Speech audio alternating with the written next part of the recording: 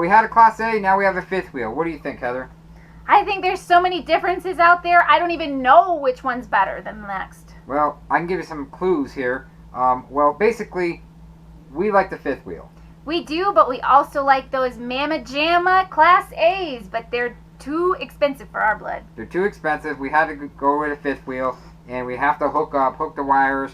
There's a lot more to a fifth wheel, and we've discovered that having a fifth wheel is a lot more work than a Class A. It is a lot of work, but I'd say for it's 3 us, times the work.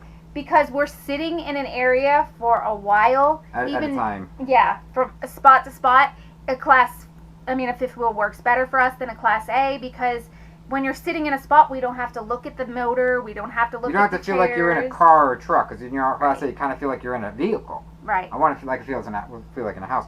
And a Class B, which is the small little vans, are very expensive now. So that's what we think of that. Expensive. He's looked at them. He definitely has looked at them. They're too much in demand not to touch them. I think the sweet spot is a Class C. Really. We have friends with Class C's. In the Class C, you still got that big box where they can go pretty big, the Class C's. And they even have ones that bump out in the back, and it's like the bed's on a little platform. It's really neat. But they're not as expensive as the Class B, and they're not monstrous like the fifth wheels, or they're not huge and slow like the Class A's, because some of those Class A's can be really slow, because we had a V10 and that sucker. If it's a gasser. Yeah, if it's a gasser. The diesel pushers are bigger, but then you're talking a lot of money. Yeah, like we said, 200, 300, and upward. Even if you buy a used one for 30 grand, a diesel pusher, you can do it, but I really would recommend it just for weekend warriors. Yeah, if you do a full-time diesel pusher, you can do it. It helps if you're a mechanic and you can know a little bit about diesel, because it can be expensive to fix. Right. A gas motor is kind of easy. You can change out things. A diesel, well, maybe you're not familiar with diesel motors, so you got to go to a diesel shop. Most truck shops, they won't work on your Class A diesel. No, they won't. They'll work on a semi-truck, no problem, because they're used to that. They'll work on a Class C. Any mechanic will work on a Class C. Most mechanics, not any, but most will work on a Class C, because it's a van. It's a van chassis. That's all it is. So we had a van motor in Harvey. Yeah, it was an Econoline F350 or 450 or something like that. I think it was 450. A 450 van. That's all that chassis was when they added to it. Yeah. It's a Class A. Mm-hmm. But Class C is really where to go, where it is, I think, guys, to be honest with you. And if you're going to get a fifth wheel, then don't forget the price of the truck. Yeah. See, that's the other thing. I mean, if you're going to full-time, I honestly think the investment in a truck and a fifth wheel is the best way to go. Yeah. If you're going to go out for a seasonal and you're going to travel, like move and move Constantly, and move, yeah. Class C, the way Ross said, is a great idea. But for us, I mean, we want to travel, we want to see things, but we also want to have a house with us and have our creature comforts. So this is why we chose this. And everybody has a different need and a different want. And we sit for like 3-4 weeks at a time, and if we do that, we can actually take our truck out for a spin. Even though it's a semi, we can still drive it out of here. If it's connected to Class A, that thing's not be driven, the seals aren't driven, the transmission, everything dries up, the seals. Yeah, it gets these things like to be driven. Your rotors get nasty and rusty and corrody, so I would have never known about any of this stuff until Fred told me. And another thing, if you have a Class A and it breaks, or even a Class C, if you're full time, you got to bring your whole house into the repair. That's a problem. And you got to beg them to sleep on site, or you got to get a hotel, which is really inconvenience. To me, that's if you're full timer. That's a problem. And even when we have an issue with Lola, I freak out because I'm like, oh no, now our house has to go to the shop and it has to sit there. Luckily, I'm mechanically inclined, right? Or is it declined? You're inclined. I'm inclined, so I just have the manufacturer send me the parts and I put them on. Yes. Period. We don't bring I don't want anybody putting their greasy paws on my RV. That's just the way I am. Huh? Paws, whatever. I don't want these guys putting their, because every time they do, it seems like something else breaks. It does, and we've had to replace TVs, refrigerators. It's just been one nightmare after another. Yeah. So, but basically, I would say you're safe with a Class C because you get them pretty cheap, used. Now, do they have the same tires as a Class A does? Class C, smaller tires usually, but less expensive. Less expensive. You can usually put a van tire on it or a van tire on a Class C. And we have van tires on our SUV, so they're not that expensive. No, they're not. They're not that expensive. And when you go to that Class A, you go to that bigger tire. Usually, a bigger Class A goes a bigger tire. Like a bus. not in, it's in between a bus tire. You go to the diesel pusher Class A's, then you get the bus tires, the big ones, like anything like 40 foot or 30 or 37 foot and more, or 35 and more. You start getting the bus tires. Then you're talking $600-700 a tire. So basically, if you want any kind of good tire. So what type of a Class A would you recommend? Either diesel or just gasser? It's hard to say, because if you got the wallet for diesel, get a diesel. I recommend a diesel. Yeah, and if you've gone looking for them, you know the differences inside too, buddy. Yep. So I would get a diesel if you have the wallet for it, a gas if you don't have the wallet for it. And gas is good too. Don't get me wrong. You're just going to have a little bit more trouble pulling a car up a mountain. You know what we forgot to talk about? What? Travel trailers. Travel trailers are good too. Travel trailers are cheap. You can get them cheap. They're not cheap, but they're inexpensive. But it doesn't it doesn't bump out in the front like our fifth wheel does. Right. You don't have as much space, number one.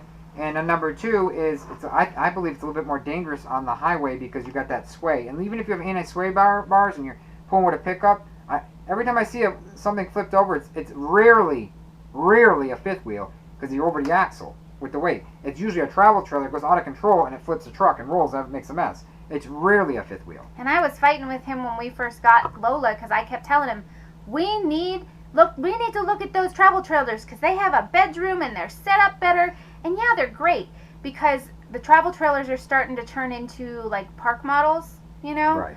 And when you live full time, you're looking into these things because you want to be comfortable, obviously. But park models, you really can't move very much. And if you're gonna just take a travel trailer and leave it there for a couple months at a time, fine. But we plan on traveling a little bit more, so exactly. We needed a fifth wheel. This is what worked better for us. And two, Fred says that the travel trailers are not safe. And they're a little bit lighter. Wind hits a travel trailer, that thing will rock. You'll feel that thing rocking. We've seen them flip. You guys have seen them flip in our videos. In person.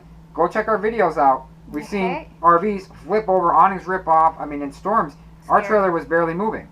I mean, we were rocking, but that was because Ross put the water in there and we were able to stay. Yeah, I filled the water tanks up 1,000 pounds and I put the jacks low. I figured it out. But another thing is, if you're going to get a truck, if you're going to get a travel trailer or a fifth wheel, make sure you get a big enough truck to pull the thing. Yeah, that was the other thing, because a lot of people said, oh, wow, you're really overdoing it.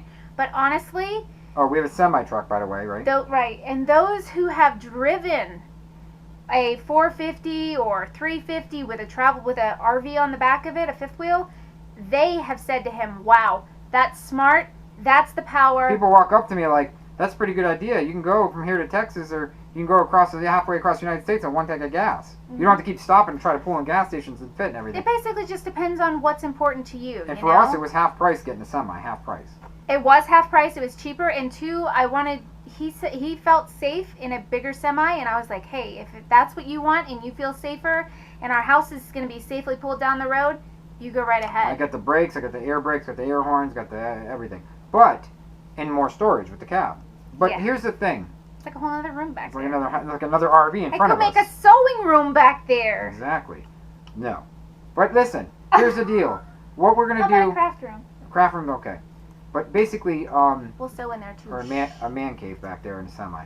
But you have a man cave right here. Right. F350, F450, Dodge, Ford, whatever, 3500, 4500... It can pull a fifth wheel. Just slow it down a little bit. You can upgrade your brakes and stuff like that. Isn't that the one where you chuck like this? Well, they all chuck a little bit. Okay, you have a pickup truck. You're gonna feel that. You know. But we don't feel it we don't feel it in that. Yeah. Well, that's our ups.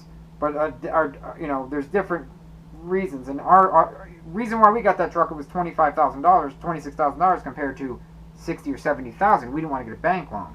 We did not want to pay the banks any more money, so we went the bigger. Debt. So I just recommend.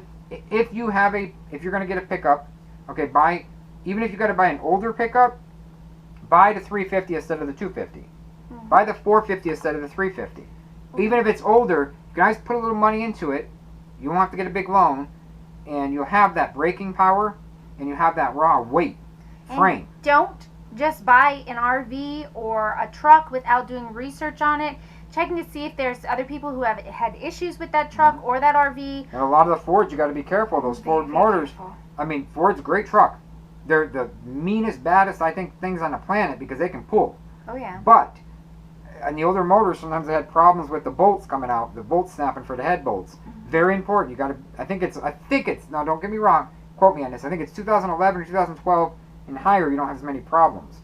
So you got to look into that. I'm not a mechanic, but look into This is the just what Ford. we were told. Right, we were told that the head bolts break and you got to take the whole frame, the whole thing off the chassis, the whole bed, the whole cab off the frame to fix the problem. And then That's you're a big going to end deal. up with other problems because you're messing with other things that don't really Yeah, need to be messed with. no one ever plugs stuff right in, and then you got a headache. But just be smart about it, do your research, do your homework, and I think the fifth wheel for us is the way to go. But I still think the majority of people, if they don't know what they want, they're really confused, look into the large Class C's. Because you can get them cheap, used, and they're large and big, and they still drive like a car in the front because you got a little cab. I think they're great. And they're really set up really neatly, so check those out. Class C's, check them out before you do anything. If you're confused and you're totally lost and you're watching this video, check out the Class C's. You cannot go wrong. Yes, See you guys, and you know what the most important thing in this video is to do? like us and share us. Thanks. Like us and share us. You know you'll find us funny.